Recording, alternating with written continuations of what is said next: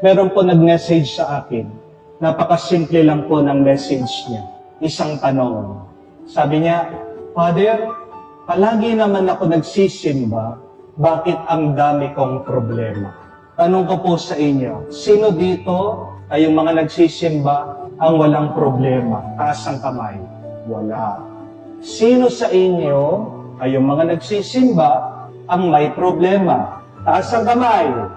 Pag ba nagsimba ka, pag ba nanalangin ka, pag ba nagsakripisyo ka, pag nagrosaryo ka, nagnobena ka, mawawala ba ang problema mo?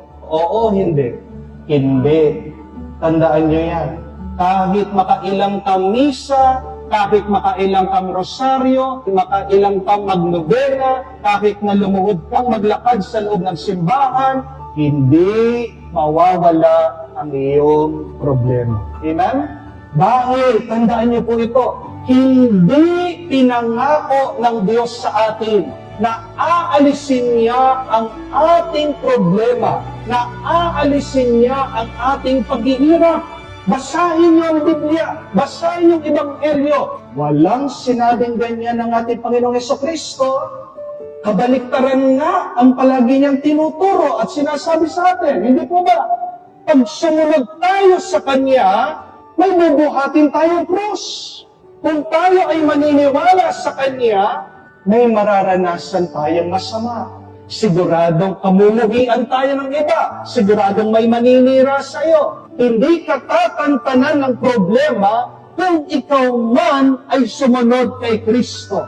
Jesus never promised us an easy life. Kung iniisip mo, sa pagsisimba mo, sa pagdarasal mo, na mawawala ang problema mo, nagkakamali ka. Ibig ba sabihin, itigil ka na sa pagdarasal? Ibig ba sabihin, hindi ka na magsisimba? Ang dami kasi sa atin, ang tingin sa Diyos, bangko. Amen? Anong ginagawa sa bangko? Para makapag-withdraw ka, magde-deposit ka. Ang dami sa atin, ganyan na pag-iisip. Sinusumbatan natin palagi ang Diyos. Lord, natapos ko ang 9 days na buwan. Lord, nagsisimba ako bawat linggo. Lord, nagsimba ako ng fiesta. Lord, palagi ako nag-rosaryo. Lord, palagi ako nag-nobena, etc., etc. Bakit ang hirap ng buhay ko? Pwede kang magreklamo sa bangko. Pwede mong puntahan ang manager, sabihin mo, nag-deposit ako, nagbigay ako, dapat meron kayong ibalik sa akin. Pero hindi ganyan pagdating sa Diyos. Hindi ibig sabihin na may ginawa kang mabuti, may gagawin din mabuti ang Diyos sa iyo. Hindi pa ba tayo natuto sa buhay ng mga santo? Halimbawa na lang, si Santa Rita.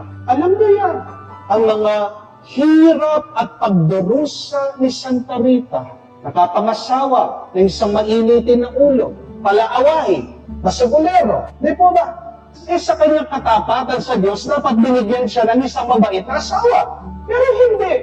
Pero tumigil ba siya sa kanyang katapatan sa Diyos? Hindi. Gusto niyang magmadre. Ayaw siyang papasukin.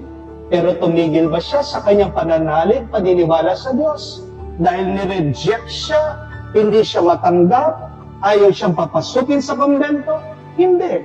At alam natin ang kwento, nakatanggap siya ng stigmata, ang sugat ni Kristo. And she suffered for 15 years. Would you just imagine suffering for 15 years, bodily, physical pain? Ano ang sabi ni San Agustin? Isa sa mga pinakamasama na pwede mong maranasan ay ang sakit ng pangangatawan. There is nothing more worse, nothing more evil than physical pain. Pero kahit na 15 years, nagdurusa si Santa Rita, nanatili malakas ang kapit niya sa Diyos. Hindi niya iniwan ang Diyos. Nanatili siya sa kanyang paniniwala at pagmamahal sa Diyos. Dahil naiintindihan ni Santa Rita at ng mga banal na hindi porket ikaw ay nagmamahal na sa Diyos, hindi dahil ikaw ay tapat at malapit sa Diyos, na aalisin niya ang iyong paghihirap, sakit at pagdurusa. Oo, hindi pinangako ng Diyos na aalisin niya ang ating hirap, sakit at pagdurusa. Pero ito ang tandaan niyo, may ibang pinangako ang Diyos. And what are the promises of Jesus? Number 1, peace, kapayapaan. Ito ang turo ng ating Panginoon. Inaalay ko sa inyo, binibigay ko ang aking kapayapaan, hindi kamukha na kapayapaan na binibigay ng mundo. At ito po ang gusto kong tandaan niyo. Pag palagi mong iniisip ang problema, lalong darami ang iyong problema. Amen? Dahil ang problema, tandaan niyo po, parang quicksand, parang kumunoy. Pag ikaw ay lumulubog na sa quicksand o kumunoy, pag galaw ka na ng galaw, ano mangyayari sa iyo? Lalo kang lumubog. Maglalaho ka. Hindi po ba napansin yun sa problema? Nag-iisip ka na nag-iisip, nag-aalala ka na nag-aalala, pero bakit walang solusyon? At lalong dumarami at lumalalim ang iyong problema. Dahil ang kailangan mong gawin para makita mo ang solusyon sa problema, kailangan relax ka lang. Sabihin mo nga yung katabi mo, relax ka lang. Dahil ang sagot sa problema mo, papasok yan sa isip mo pag tahimik na ang iyong kaisipan. Bakit hindi mo nakikita ang solusyon sa problema? Dahil napakagulo ng isip mo. Tumahimik ka. Naninga ka ng malalim. Inhale, exhale. Kaya nga ang tawag natin, pahinga. Huminga ka. At pagtahimik na, klaro na ang iyong isip, diyan katutulungan ng banal na Espiritu. Ituturo niya sa iyo ano ba dapat ang iyong gawin. Our minds work best when we are at peace. Tandaan niyo po. We are at our best when we are at peace. Kaya nga po, tingnan niyo pangako ng Diyos. Sumunod ka sa Kanya, bibigyan kita ng kapayapaan. Oo, magkakaroon ka man ng problema, pero kaya mong malampasan yan kung tatahimik ka at kung hahayaan mo maging payapa ang iyong kalooban sa Kanya. Amen? But secondly, God promised us an abundant life. Isang mabungang buhay. Di ba si Jesus, siyang nagsabi, ako ang puno, kayo ang mga sanga. Ang sanga, pag naputol nito, hindi na mamumunga. Ganyan din sa atin. Pero para maging mabunga, anong sabi niya? Minsan kailangan ito putol-putuli. Alisin ang mga dahon na hindi namumunga. Para saan?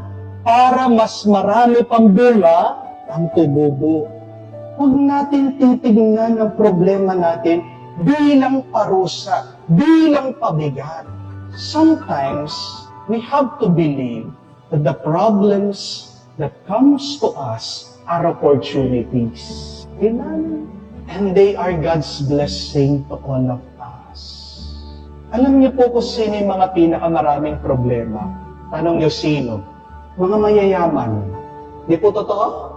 Kasi habang lumayaman ka, mas marami kang problema, mas maraming business, mas maraming tao na kailangan mong bantayan, mas maraming ari-arian na kailangan mong ingatan. Pag marami kang pera, mas marami kang problema. Amen? Kung ayaw mo maraming problema, dapat maging mahirap ka. Amen? Tanong ko po, anong gusto niyo? Maging mayaman o mahirap? Pero tandaan niyo, hindi ibig sabihin yung mga iba dyan, mayaman, wala sila problema. Mas marami nga silang problema. Pero may sekreto sila. Alam lang nilang dalhin ang problema. Alam mong problema mo, hindi mo alam buhatin ang problema mo. Kaya nga, kung tayo ay nahihirapan, anong sabi ng Diyos? Lumapit kayo sa akin kung nahihirapan kayo. Tutulungan ko kayo. Dahil ang Diyos, marunong magbuhat ng mabigat ng problema. Ang mga problema nandyan para magkaroon din tayo ng bunga sa ating buhay. Kung paano ang isang magsasaka kailangan maghukay ng lupa. Tayong mga tao, tayong lupa. Ang problema yan ang paghuhukay ng Diyos. Dahil kung hindi mo yan puhukayin, hindi yan mabibigyan, matataniman, at walang tutubo dyan. Amen? Hayaan mo lang ang problema. Basta't ang importante, ang ating buhay ay mabunga. Amen? Pangatlo at kahuli-huli, the third and the last promise of God is that when we believe, we can create miracles in our lives. Si Jesus ang nagsabi niyan sa mabuting balita. Kung kayo ay maniniwala, magagawa niyo din yung mga ginagawa ko at higit pa. Tingnan niyo po, narinig natin sa unang pagbasa. Ang ganda ng kwento. Si San Pablo, si San Bernabe, nakakulong. Pero kahit nakinulong sila, nakatanikala sila, hindi sila tumigil sa pagdarasal at pagpupuri sa Diyos. Anong nangyari? Lumindol, bumukas ang mga pintuan at kala nga na nagbabantay, nakatakas na sila. Tingnan niyo po yun. Kahit na nahihirapan sila, kahit na nagdurusa sila, hindi sila tumigil sa pagdarasal at pagpupuri sa Diyos. At ganyan din ang hamon sa atin. Huwag kang tumigil magdasal. Huwag kang tumigil magbigay ng kapurihan sa Diyos. Kahit na ikaw ay naghihirapan, umiiyak at nabibigatan sa buhay. Tandaan mo, kung mananalig at mananampalataya sa Diyos, kaya mo din makagawa ng nakakamanghang bagay sa iyong buhay. And let us not forget why we pray, why we go to Mass, is because we love the Lord. Dahil mahal na mahal natin ang Diyos. Ano ang sabi din ni San Agustin? To love God is the greatest romance. To seek Him is the greatest adventure, and to find Him is the greatest achievement.